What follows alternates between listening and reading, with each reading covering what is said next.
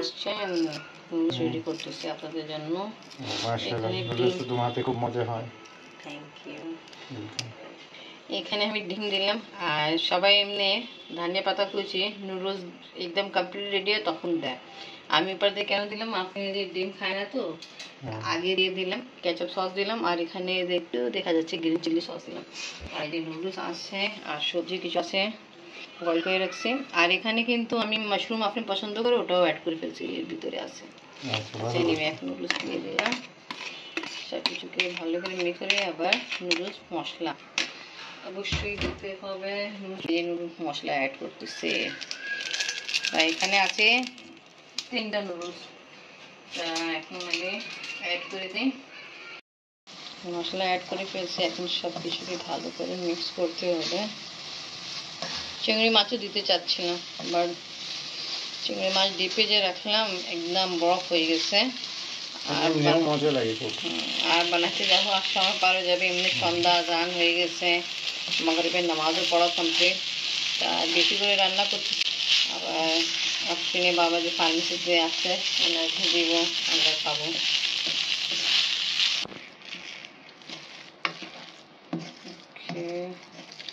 একটু উপর থেকে আবার ধনিয়া পাতা কুচিয়ে দিব, খুব ভালো লাগবে। একটু ধনিয়া পাতা অ্যাড করলাম। আপনি দিয়ে আসছে ফার্মেসিতে, আপনারা খান। এই দেখেন নুডলস। আপনি আসো, শীতকালে গরম গরম নুডলস খাও। আমরা এই সময় নুডলস খাচ্ছি আর আপনি বাবা একটু আগে আপনি দাদির সাথে কথা বললো, ওখানে ঠান্ডা অনেক আর খাবার ডিনার করা হচ্ছে। আমি ভালোই ঘোরাফেরা করতেছে আর মিনো ফুপো ওদের সাথে সানাদের সাথে সঙ্গে। বেশি করে নো আম্মু, অনেক মজা হয়েছে। Okay thank you. মাশাআল্লাহ। হ্যাঁ আমিও খেয়েছিলাম, অনেক মজা। Okay okay thank you. তুমিও খাও আমাদের সাথে? খাবো খাবো খাবো। এটা সরা দিয়ে আমি আসতেছি। তা শীতকালে গরম গরম নুডলস খেতে ভালোই লাগে, আর এখন পর্যন্ত আমরা ভাপা পিঠা খেতে পাইনি। বিসমিল্লাহির রহমানির রহিম। আসসালামু আলাইকুম ভিউয়ার্স, আপনারা সবাই কেমন আছেন? আশা করি খুব ভালো আছেন। আমি আলহামদুলিল্লাহ ভালো আছি। আজকে যাচ্ছি ডেন্টিস্টের কাছে, আমার দাঁত উঠানো হবে। আলহামদুলিল্লাহ আপনার মাড়ির দাঁত উঠানো হলো। এই মাড়ির দাঁত 3-4 বছর ধরে কথা ছিল উঠানো হয়নি, আজকে রাজীব আল্লাহর মতো উঠাতে পারছে। এখন আমরা যাচ্ছি। দাঁত উঠানো হয়েছে, মা আইসক্রিম খাচ্ছে, তাই মা কথা বলতে পারতেছে না, এর বদলে আমি কথা বলছি। আর এই যে এখানে আমরা কি বলে রোল খাচ্ছি। মা এখন খেতে পারবে না, মা পরে খাবে, মা এখন আইসক্রিম খাচ্ছে। খাই।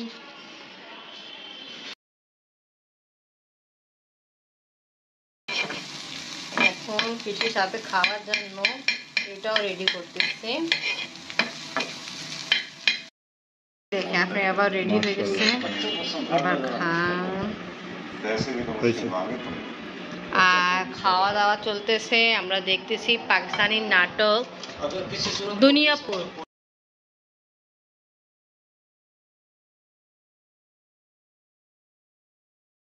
এরকম মারপিটাই কেমন আপনি বাবা? ওকে আপনি তুমিও ন ডিম, আপনি আসলে ডিম এইভাবে পছন্দ করে না, ও কিন্তু নিজের ইচ্ছায় খাবে, মাঝে মধ্যে এরকমও খায় ও।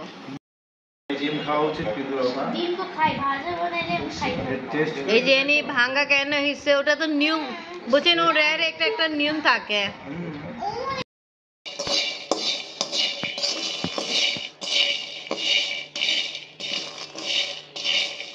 দেখেন চুলা যে গ্যাস আছে ওটা দেখা যাচ্ছে নাই, তা এই কারণ রাতে কিছু রান্না করছিলাম আর এখন বাদাম ভাজতেছে। আপনি বাবা যে দিক থেকে নিয়ে আসছে আর বাদাম ভাজা হয় না, চিন্তা করছি থাক, গ্যাস তো এরকমই থাকবে, সকাল মানে 7টা পরে এরকমই গ্যাস থাকে, তো কিছু করা যাবে না, এখন তো রাতেও থাকে না। এরকম আস্তে ধীরে ভাজতেছি, আল্লাহ করে কমপ্লিটলি হয়ে যেত, অনেকটা হয়ে গেছে। আমি একটা টেস্ট করছি ভালোই, আর একটু ভেজে দিই তো ভালো। বাদাম ভাজা কমপ্লিট, ট্রাই করি।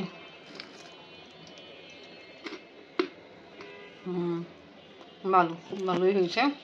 সময় অনেক লাগলো, ভালো হয়েছে। বেশি সময় কেন লাগলো আপনারা তো জানেন, মাশাআল্লাহ বাদাম গ্যাস খুব কম ভালো হয়েছে। চুলায়। আপনার আম্মু কি করতেছো? মা আমি তোমাকে র্যাম্বো বানায় দেখাবো। র্যাম্বো? হ্যাঁ। কিভাবে? দেখো কিছুক্ষণ পর আপনি আমি এখানে তোমাকে অনেক রকমের ক্লে নিয়ে বসে আছে। সরি মানে ক্লে বানাবো? দিয়ে র্যাম্বো বানাবো। এখন র্যাম্বো বানানোর জন্য কোন র্যাম্বো?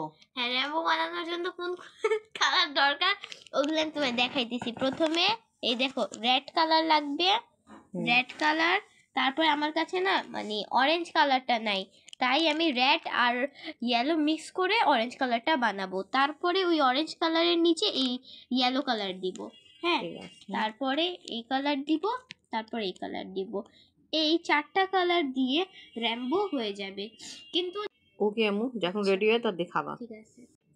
র্যাম্বোর নিচের জন্য যেটা আপনি কাজ স্টার্ট করে ফেলছে। ওকে, দেখি কত সময় লাগে। এই দেখো আমার র্যাম্বো হয়ে গেছে। ও নাইস। আফরিন প্রায় 5 থেকে 6 মিনিটে মাঝখানে এটা রেডি করে ফেলছে। আবার দেখো আরেকটা কি বানাইছি। ওহ, ব্লুবেরি। হুম, নাইস। পাইনাপেল। নাইস। কি সুন্দর সুন্দর ক্লে দিয়ে আফরিন রেডি করলো, দেখে দেখে যাচ্ছে। ক্লে দিয়ে অনেক সুন্দর সুন্দর জিনিস বানানো যায়। ওকে, নাইস। আরো অনেক কিছু বানাইছি, ওগুলো তো তোমার আরেকটা ব্লকে দেখাইছো না।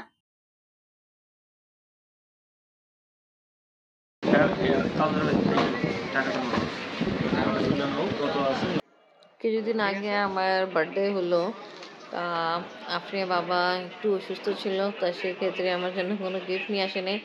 এবার উনি আমাকে গিফট করলো মোবাইল।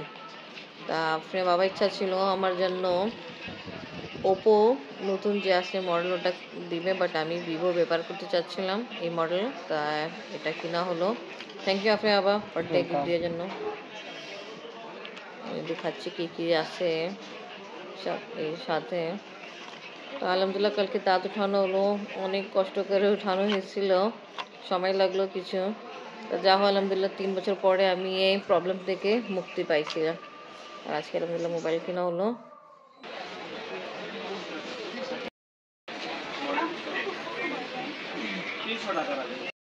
আমি বলে দিতেছি। আপনি আপনারা যে ফোনটা এখন বর্তমানে নিচ্ছেন এইটার মডেল হচ্ছে Y03T। আচ্ছা, এইটার ফিচারগুলো হইতেছে এখন বর্তমানে 2025 সালে যে আপকামিং ফোনগুলো আছে ওইটার মধ্যে ব্যাটারি বেশি প্রয়োজন, টাইপ সি পোর্ট প্রয়োজন, স্পিকারটা একটু অ্যাডভান্স প্রয়োজন যাতে সাউন্ডটা বেশি দেয়। নর্মালি ফোনে সাউন্ড দেয় হচ্ছে 100%, কিন্তু আপনি এটার মধ্যে সাউন্ড পাবেন 150%, মানে মোর দেন 50% সাউন্ড আগে থেকে ইনক্রিজ করছে। আর এটার মধ্যে আরও পাইতেছেন type C port, 5000 mAh battery, Android 14 সবচেয়ে লেটেস্ট যে অ্যান্ড্রয়েডটা দেওয়া আছে ওইটা ব্যবহার করছি। অনেকটা মানে ফোনটা দেখলেই বোঝা যাবে অনেকটা গ্লোজি। কিন্তু আমি আরেকটা জিনিস বলি, ধরেন এই প্রাইসের মধ্যে যে কোনো ব্র্যান্ড আমি ওপেনলি চ্যালেঞ্জ করতে পারবো যে এই ফোনটা আমাদের বর্তমানে IP54 dust resistant and water resistant করছে। এটার সুবিধাটা আপনি কি পাবেন, যদি অনেক সময় হয় হাতের যেই আগে যেটা হইতো যে হাতের পানি টানি যা জল ছাপা আসতো, এটা এখন বর্তমানে আসবে না, জল ছাপাটা আসবে না। আর দ্বিতীয়ত হইতেছে ক্যামেরাটা যেই রকম পাইছেন আগে, ক্যামেরাটা আস্তে আস্তে কিন্তু ঘোলা হইতে শুরু করে, ধুলার হয়ে গেছে। এই কারণে এটা ডাস্ট রেজিস্ট্যান্ট আছে, এটার মধ্যে ধুলাও ঢুকছে না। এই ফোনটা এই বাজেটের মধ্যে আসলে খুব সেরা ফোন। এইটার বাজেট হচ্ছে এখন বর্তমানে 13,000 টাকা দাম। আমাদের থেকে নিলে আমরা কিছু ডিসকাউন্ট করে দিব, এটা হচ্ছে আমাদের হাতে আসলে করে দিব। তো ওকে ভিউয়ার্স, আজকে ব্লগ এখানেই শেষ। ভিডিও ভালো লাগলে লাইক কমেন্ট শেয়ার করেন, আমাদের পাশে থাকেন। আল্লাহ হাফেজ।